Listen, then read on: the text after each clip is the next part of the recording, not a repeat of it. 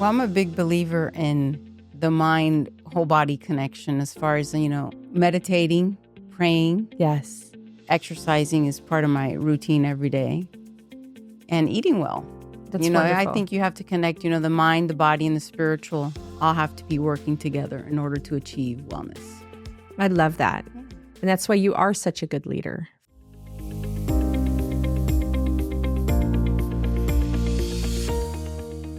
Today, I have an incredible guest coming to the table, Dr. Jackie Junco. Dr. Junco is a practitioner at the Institute of Neuroimmune Medicine. She's the assistant professor at the Dr. Kiran C. Patel College of Osteopathic Medicine. Dr. Junco also has her master's in Oriental Medicine.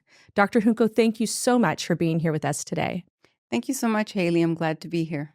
It's very exciting. There's so many topics right now about integrative medicine, what used to be called alternative medicine, but really about looking at the patient where they're at and looking at the complexity of their disease processes and bringing solutions to the table. And so I'm very excited to get to interview you because you have a lot of solutions that you bring into our clinic that really seem to make a difference in a person's trajectory. So, Dr. Junco, how did you come to the Institute of Neuroimmune Medicine? Wow, that's a long story. I'll wrap it up pretty quickly. I started with Dr. Klimas back 20-something years ago, my fellowship in immunology. And while I was there working for her, we established, not only a relationship as colleagues, but we'd established a friendship. When she came to Nova, she wanted me to come on board. So I've been here for 2 years now. Wow. And it's been a wonderful experience. So you started in immunology. Correct. And can I ask you, what was the precipice? What was the passion? What was the motivation to bring on acupuncture and all of the additional modalities that you incorporate? When I was doing my fellowship at the University of Miami, I took an acupuncture course for physicians like 27 years ago, actually.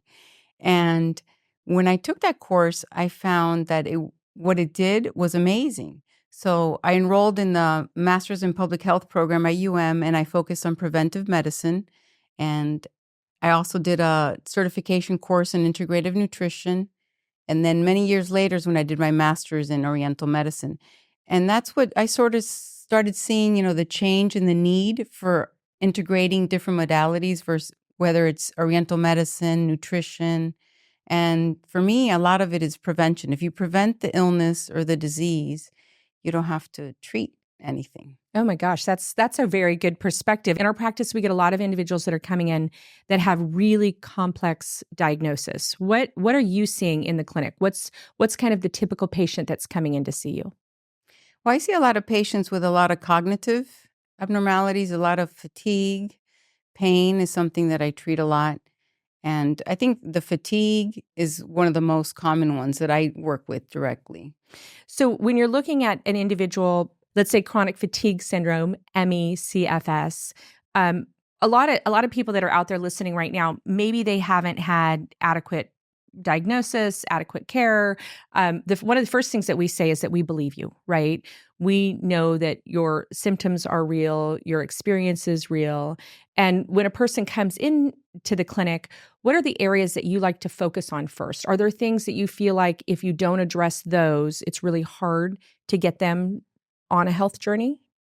Well, I think, first thing, these patients come to us in so much need because they haven't gotten any answers anywhere else. So they come to us, hoping that we will help them. And I believe, going into the most important things for me are stress, Okay. sleep, and pain. Right. So I usually address those in the beginning and then, develop a treatment plan or strategy from there.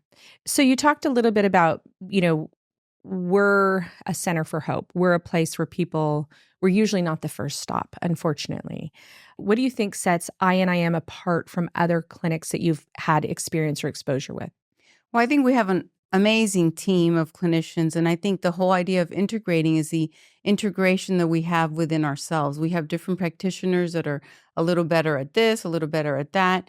So I think it's treating the way we treat the patient, we see the patient as a whole. And in my case, I like to see it like, we're peeling the layers of the onion, Right. peeling the onion. So I feel like, you have to get to the root of the cause. Right. And by the way we see the patient at our center, that's what we hope to achieve. Right. And I see that, like, we have talked a lot in our podcast about these Friday morning meetings. Can you tell me, or tell our viewers really, a little bit about what those are and the value of those and what happens there? At our meetings? Yeah. Well, we usually just have all our clinicians and we present all these complex cases, which we have, and everybody gives their input and their ideas and what the strategies could be to help that patient. When I first came to the Institute, I think that was so impressive to me. And we were talking one day about how many hundreds of years of clinical hours or clinical experience go into kind of viewing those patients in that Friday meeting. And I think a lot of it is, to your point, there's a lot of different specialties, there's a lot of different perspectives.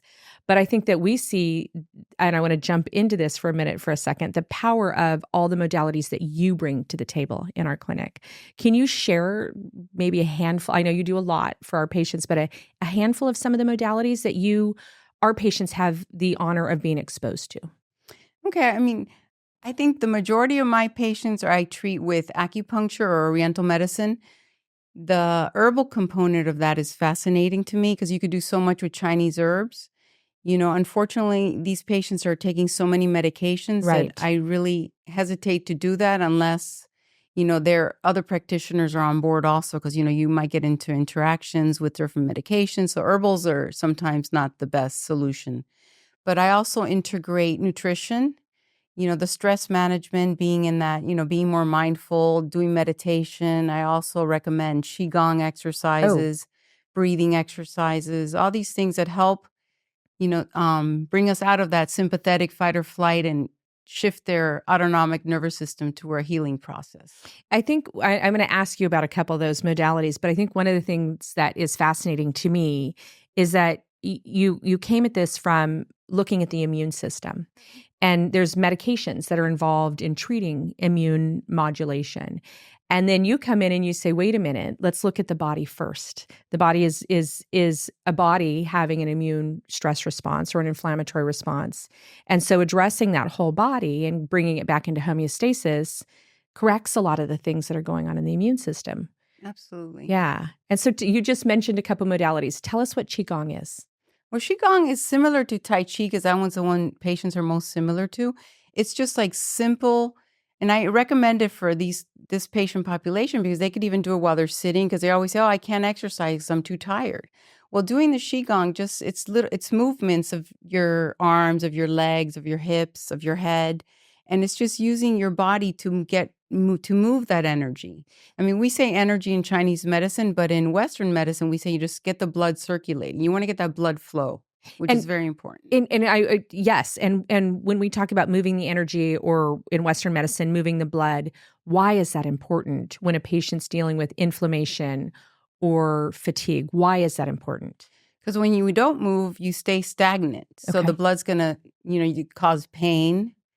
Yes. It's going to cause cytokines to be stimulated. It's going to cause your stress response to go higher. So we need, moving is key. I think, a person who moves and gets their body, even if it's a minor exercise, even if 10, 15 minutes a day, it's going to help. Can you explain to some of us, I grew up exposed to acupuncture. As we've shared, my mom is an acupuncturist. And so, my kids, myself, those that are out there that maybe haven't experienced acupuncture, I'm going to ask you some of the common questions that our community asks us. Is it painful? It can be. Because when patients tell me no. No, just kidding. It can be. No, this is good. There is some needles and some places that, like the ears, I use the ear a lot. Mm-hmm. The ears could be painful, and the hands and the feet there. But it's like, it just feels like a hair thin needle. Okay. They're smaller than when you get drawn, your blood drawn. Okay. So they're super thin. And you might feel a little pinch, but that's it.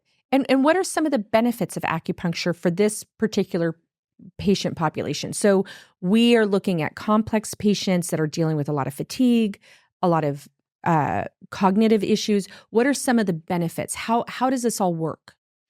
Well, in my view, I think that the most important thing that it does is shifts the sympathetic nervous system into the parasympathetic. So Ooh. those of us who are always in that fight or flight, which I think the majority of people are, even if you're not, I mean, everybody is in that, you're being chased by a lion.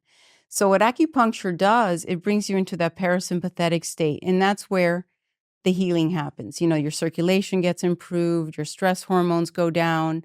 So more blood flow to the area that's being needled. If a patient has pain, those needles are going to signal the brain that something's happening in that area. And all these wonderful little chemicals are released into that body part.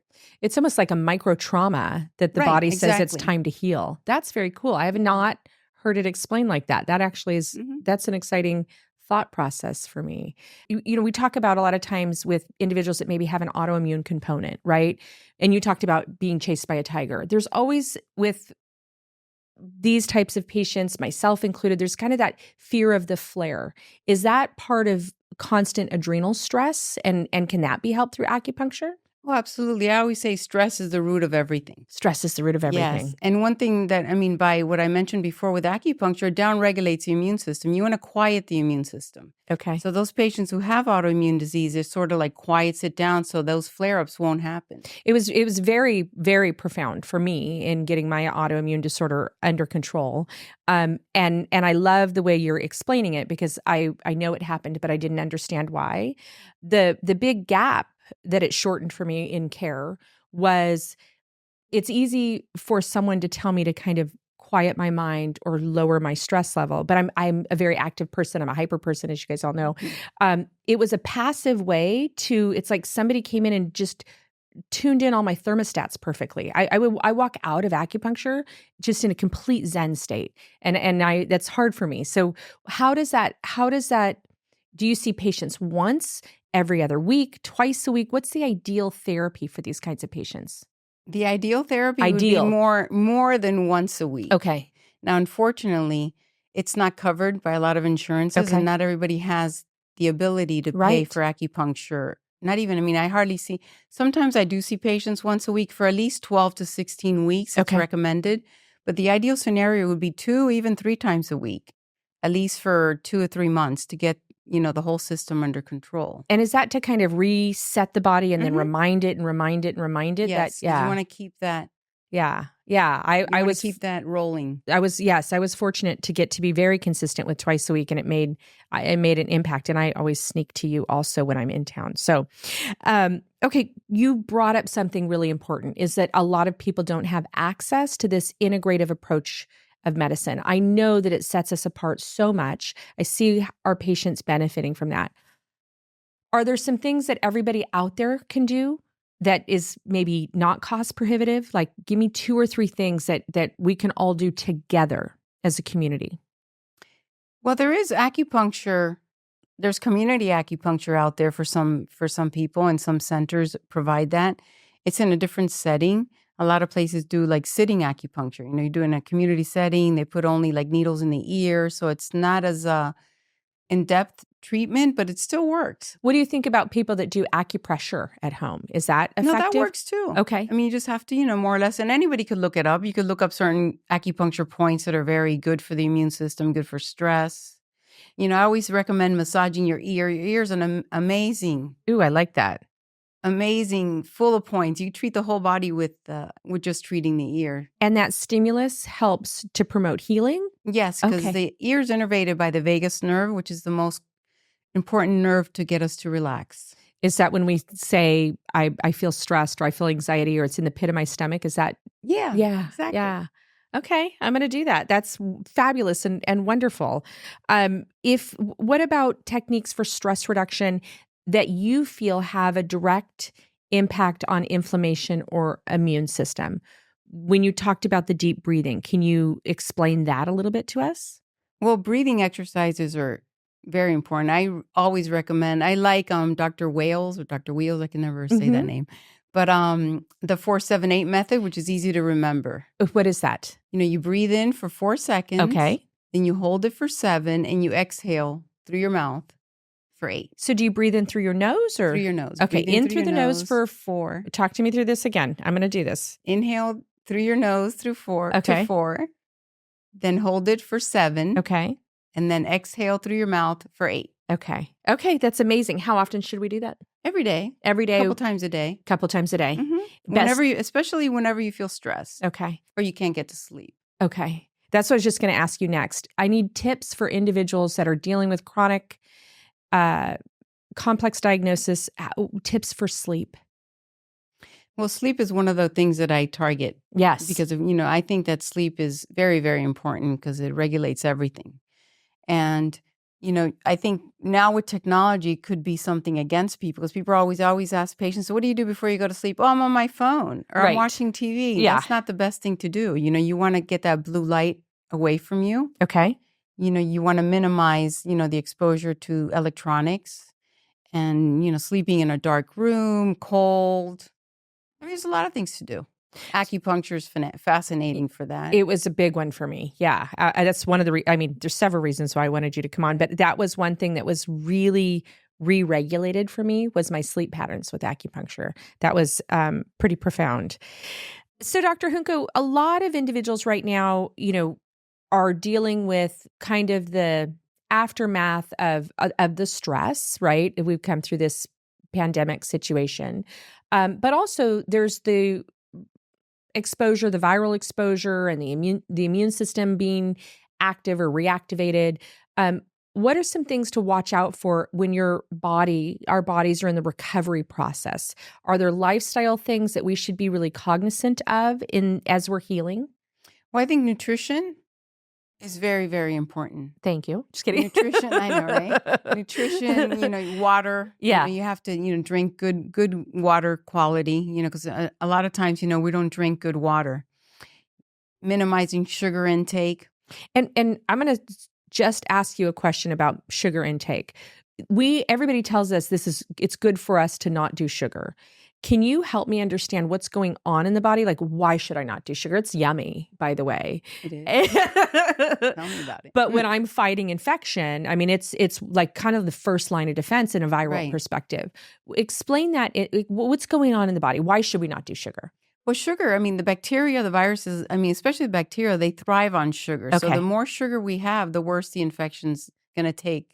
The longer it's going to take to heal. It's like putting fertilizer on it. Right. Okay. So you want to minimize your sugar intake. It doesn't mean you can't have sugar, especially like fruits are good, good sugars. A lot of people, drink Cokes, sodas, just put like 5 tablespoons of sugar in their coffee. Those are things you want to stay away from when you're feeling down.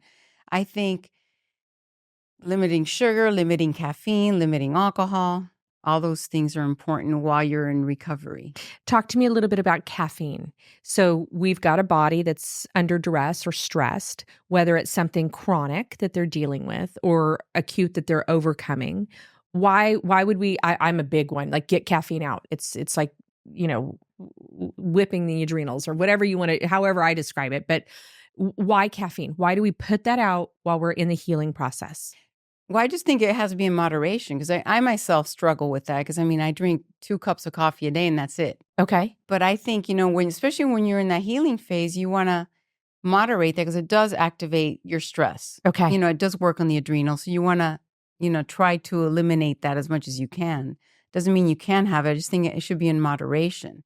And it also affects your sleep if you drink too much of it or later on during the day. So those are things that you want to take into consideration if you're having trouble sleeping while you're recovering. I can't tell you how many times people come in and they're not sleeping well, so everything's impacted, right? They're dehydrated, so they're not drinking enough water. They're consuming a lot of sugar to get them through the day, and then they've got a lot of caffeine or coffee through the day, and then they're not sleeping and they don't feel good and they have inflammation. I think sometimes we don't put enough emphasis on those 3 things that you said. If you just assess how you feel in relation to, are you well hydrated? Are you doing too much caffeine, too much stimulus to the body? And are you creating an ecosystem where infectious agents like bacteria, fungal, any of those things can grow? Like, what are you fertilizing here? Right. Yeah. What are some of your favorite foods when a person's coming through chronic, complex, or acute illness? I'm very plant-based oriented. Okay. I do eat meat. Not red meat, but I do eat, chicken and fish. But I'm a big advocate for plant-based stuff. Nice. I think The more color in your diet when you're healing, the better. Every plate should have color variety. You should have red, greens, yellow, white, purple. Everything should be in that plate, a rainbow. I think it's so impressive to me that as we come together and we talk about these complex cases in the clinic, that there is just a consistent theme. Hydration is a consistent theme in our practice. I mean, and you guys have such diverse and legacy education in the immune system and the inflammatory processes and cytokines. We all learned about this the last couple of years. And it still comes back to that. It still comes back to plants, fruits, vegetables, water, having a clean environment. Right. Yeah. So we kind of can't out-medicate a bad ecosystem in the patient's body. Yeah. Yeah. For me, that's been so impressive at our institute. So Dr. Junco, I watch, patients come into the clinic and get better and feel better and have access to you. How would someone, I wish when I was in the crisis part of my own health, I wish that I would have had access to you. I didn't know how to ask for that. How would someone out there advocate for themselves or find complementary medicine that is going to be effective? Like ours is the best in the world, right? But how does someone, it is. How does someone out there find their space to get wellness as part of their protocol? Well, I think they need to be open to receiving holistic alternative medicine. Okay. That's the first thing, because when I see patients sometimes, they look at me and they're like, does this really work? Oh. And then, they have that doubt. And if you doubt, that's, the brain is such a powerful organ. If you already start doubting from the first time you're there, you have to be open to receiving the healing. Right. Whether it's acupuncture, whether it's sound healing, whether it's breath work, whether it's any of the modalities that we do. You have to truly first believe that it's going to help you. And that's the first key to the process. I love that you said that, because we're such a science-based research facility, right? So we have studies and trials and provings, and then we see it in our patients. But I didn't even think about the fact that people will walk through the door and have skepticism, right, about the power of this type of medicine. And I do think your belief system, and that's why we want to get this message out here. Like, we're holding hope out for you. Right. We believe you can become well again. And we believe, obviously, in an integrative approach for medicine. And it's really unique that we're layering that in to immunology, to me, having been out in the wild for so many years. This was really, really unique. When an individual is more receptive, do you think it speeds up their care? Absolutely. I think that's the first step. And then the other step has to be in the part of the provider. Right. Because if the provider, like I always tell my patients, you will get better. Right. You are going to get better. Your fatigue is going to improve. You're going to sleep better. And when you put that energy into the treating process, they will get better. And I 100% believe that. It's a leadership role. Right. Right. So it's a two-way. Yeah. It's a two-way relationship between the patient and the provider. What if someone's out there and they, go talk to their doc and their doc says, I don't believe in acupuncture? Are they in the wrong aspect of care? I'm going to say that because I'm going to say, you're a consumer of medicine, and if they don't share your belief and value system, it's really hard to get well together. How can a person communicate? So I'm going to just say this. I have seen so many times where people say, I don't want to tell my doc that I'm going to see an acupuncturist. Have you ever seen that? Yeah. And I just go, you're supposed to tell them everything, and do you think that's because they'll feel judged? Do you think that's because they don't want to have to validate their complementary care? Or I just think that, unfortunately, and I have a lot of colleagues that I've worked with over the years that they just don't believe it. Wow. They're like, there's not enough studies. And there is studies. Not enough that we need to justify it. But they're becoming more and more available. Right. But I think that is one of the hurdles, when you have a practitioner who's totally, that's a hoax. Yeah. That's. I think it's so blows my mind. My mom was in the fertility space, and they did C-section deliveries with acupuncture as the anesthesia. So it's not like I think it might work. it worked Mm-hmm. from a pain perspective, from a Yeah. relief perspective. So Dr. Junco, all of this, our listeners out here, really are wanting to get to know a little bit about you. And so can you share some of the lifestyle things that you do that help or are important to you, that you hold near and dear to your heart for your own personal wellness? Well, I'm a big believer in the mind whole body connection as far as, meditating, praying, Yes. exercising is part of my routine every day, and eating well. That's I wonderful. think you have to connect, the mind, the body, and the spiritual all have to be working together in order to achieve wellness. I love that. Yeah. And that's why you are such a good leader for the patients that need I the try. help. You do a great job. I just want to thank you so much for being here. I just am honored to get to be in your presence and work with you and ask you a million questions all the time. And I know it's going to help so many people out there that are really struggling. There's hope for sure. We're here to help for sure. Yes. And wouldn't you say we definitely see people turn their health around every day? Yes, 100%. Yeah. Thank you for being here. Promise you're going to thank come you. back. I want to go deeper into some of these modalities. We will. All right. Good to see you. And thank you Thank again. you.